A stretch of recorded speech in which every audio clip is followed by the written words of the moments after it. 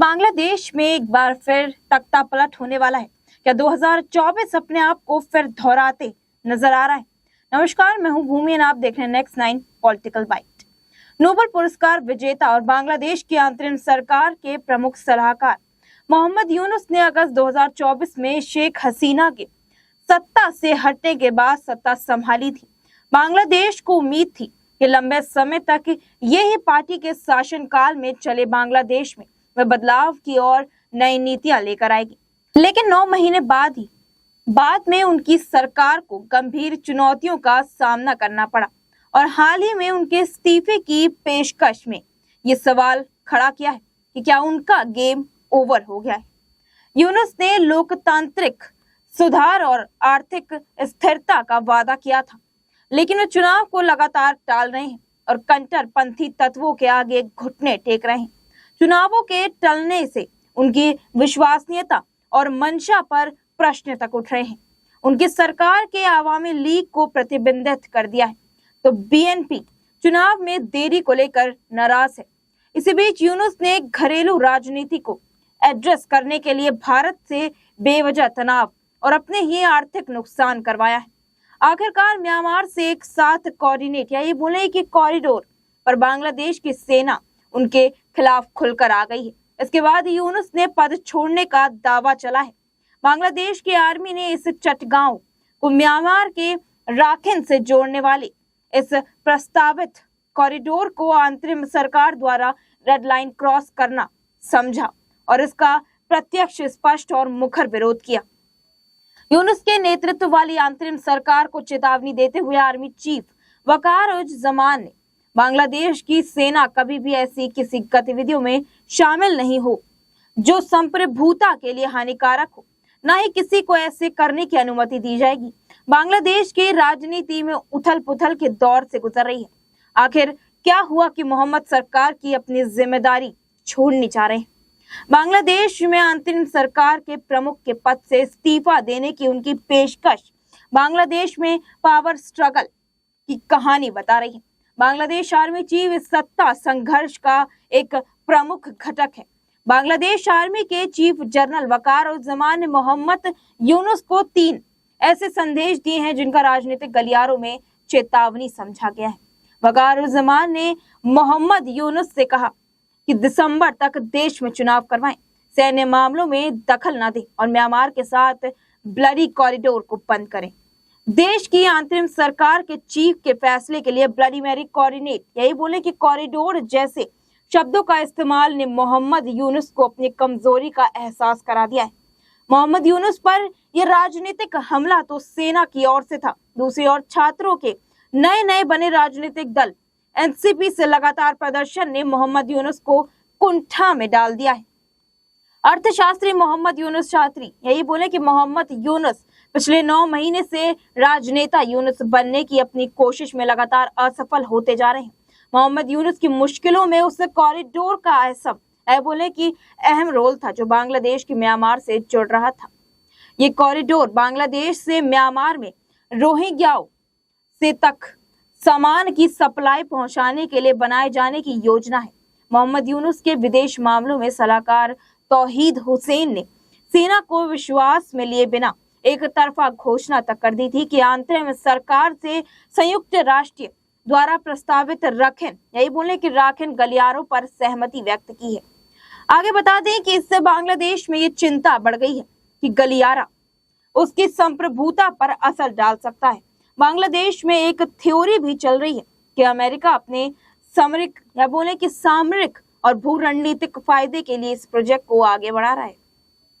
बांग्लादेश के सुरक्षा वैज्ञानिकों यही बोले कि विशेषज्ञों ने राखिन गलियारों पर चिंता तक जताई है। सुरक्षा विशेष की चिंता है कि राखिन क्षेत्र में अराकन आर्मी जैसे विद्रोह समूह की बढ़ती गतिविधियां और म्यांमार की सीमा पर उनके नियंत्रण से बांग्लादेश में अस्थिरता फैल सकती है। उदाहरण के लिए अराकन आर्मी के हाल ही में बांग्लादेश म्यांमार सीमा पर कई चौंकाने वाले यही बोले कि चौकियों पर कब्जा कर लिया है, जिससे सीमा पार से हथियारों, आतंकवादी गतिविधियों और घुसपैठ का जोखिम बढ़ गया है।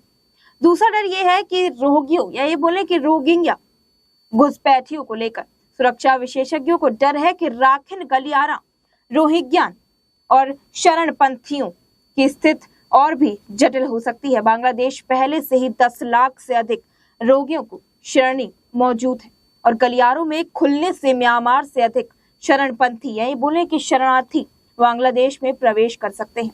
अब आगे सबसे बड़ी बात तो ये आती है कि सत्ता में बने रहने के लिए अमेरिका, ये बोले कि चुनाव के बिना सत्ता में बने रहने के लिए अमेरिका मांग के आगे झुक रहे हैं, लेकिन बांग्लादेश की आर्मी ने इस कॉरिडोर को अंतरिम सरकार द्वारा डेडलाइन क्रॉस करना समझा और इसका प्रत्यक्ष, स्पष्ट और मुखर विरोध किया है।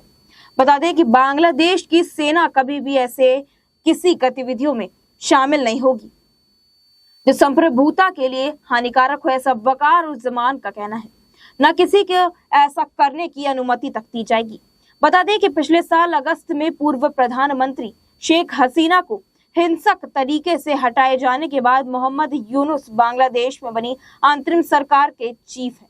मोहम्मद यूनुस ने कहा कि देश की मौजूदा स्थिति के मद्देनजर उनका राजनीतिक पार्टियों के साथ मिलकर काम करना मुश्किल होता जा रहा है। उन्होंने गुरुवार को, यही बोलने कि बीते गुरुवार को ढाका में एडवाइजरी काउंसिल की बैठक में देश के हालात पर नाराजगी तक जता दी है। छात्र नेता और नेशनल सिटीजन पार्टी के प्रमुख नाहिद इस्लाम ने कहा कि हम सुबह से यूनुस से के इस्तीफे की खबर सुन रहे हैं, इसलिए मैं उनसे इस मामले पर चर्चा करने गया था। उन्होंने कहा कि वे इसके बारे में सोच रहे हैं, वह बंधक जैसे महसूस कर रहे हैं। उनका कहना है कि उन्हें लगता है कि मौजूदा स्थिति में वे काम नहीं कर सकते। ढाका ट्रिब्यून, यही बोलने कि ट्रिब्यून के जमान के हवाले से कहा कि किसी भी कार्रवाई में राष्ट्रीय हित सर्वोपरि होना चाहिए। जो भी किया जाए वह राजनीतिक आम सहमति से किया जाना चाहिए। बता दें कि इसे ब्लडी कॉरिडोर कहकर सेना प्रमुख ने स्पष्ट कर दिया कि वह बांग्लादेश को म्यांमार से गृह युद्ध में घसीटने के सख्त खिलाफ है। इस गलियारे के लिए पैरवी कर रहे हैं। वरिष्ठ अमेरिका राजनयिकों ने इस सप्ताह जनरल से मुलाकात की। ऐसा इसलिए लगता है, यही बोले कि ऐसा इसलिए है कि उन्होंने अपना मन नहीं बदला है। जनरल जमान की सख्ती और कड़ी चेतावनी के बाद राष्ट्रीय सुरक्षा सलाहकार खलीलुर रहमान, जिन्होंने यूनुस के कुछ सप्ताह पहले ही नियुक्त किया था, ने स्पष्ट किया है कि सरकार ने गलियारों के बारे में किसी भी पक्ष से चर्चा नहीं की है और भविष्य में भी ऐसी नहीं करेंगे। ढाका स्थित डेली, यही बोले कि डेली स्टार ने खलीलुर रहमान के हवाले से कहा कि संयुक्त राष्ट्र ने केवल ये पूछा था कि क्या बांग्लादेश सीमा के पास मानवीय सहायता भेजने के लिए सहायता कर सकता है, जिसे संयुक्त राष्ट्र ने समझदारी, यह बोले कि साझेदारों द्वारा राखिन राज्य तक पहुंचाया जाएगा। बता दें कि बांग्लादेश में, यह बोले कि बांग्लादेश ने नई दिल्ली और ढाका के बीच बिगड़ते संबंधों के बीच कोलकाता स्थित पब्लिक सेक्टर के जहाज निर्माता के साथ 180.25 करोड़ रुपए के लिए सबसे बड़े डिफेंस को करार को रद्द कर दिया है। भारतीय सुरक्षा मंत्रालय के तहत काम करने वाली garden reach shipbuilders and engineers limited यानी GRSE ने बुधवार को स्टॉक एक्सचेंज को आधिकारिक तौर पर जानकारी देते हुए कहा कि हम आपको बताना चाहते हैं कि पीपुल्स रिपब्लिक ऑफ बांग्लादेश की सरकार ने ऑर्डर रद्द कर दिया। यह अब तक की सबसे बड़ी खबर थी। GRS की, यही बोले कि GRSE को दिया गया कॉन्ट्रैक्ट बांग्लादेश की एक एडवांस महासागर जाने वाले टग के निर्माण के लिए था। इन स्पेशल जहाजों को खाली पानी में लंबी दूरी तक खींचने के लिए बचाव कार्यों के लिए डिजाइन किया गया था। बांग्लादेश सरकार की तरफ से ये फैसला ऐसे वक्त हुआ जब दोनों देशों के बीच संबंध तनावपूर्ण है। बांग्लादेश की अंतिम सरकार के मुख्य सलाहकार मोहम्मद यूनुस की चीन के साथ बढ़ती नजदीकियों और हाल ही में पूर्वोत्तर राज्यों के बारे में उनके विवादित बयानों की वजह से भारत के साथ संबंध तनावपूर्ण हो गए हैं। बांग्लादेश के इस फैसले को भारत द्वारा तीसरे देशों को बांग्लादेश के कार्गो निर्यात के लिए ट्रांसफर शिप सुविधाओं को वापस लेने के ऐलान के बाद एक जवाबी कदम के रूप में भी देखा जा रहा है। ये तब हुआ जब मोहम्मद यूनुस ने हाल ही में चीन दौरे के वक्त विवादास्पद रूप से पूर्वोत्तर को भूमि से घिरा हुआ बताया और कहा कि ढाका इस इलाके में महासागर का एकमात्र संरक्षण है। इस पूरे मुद्दे को लेकर आपकी क्या राय है?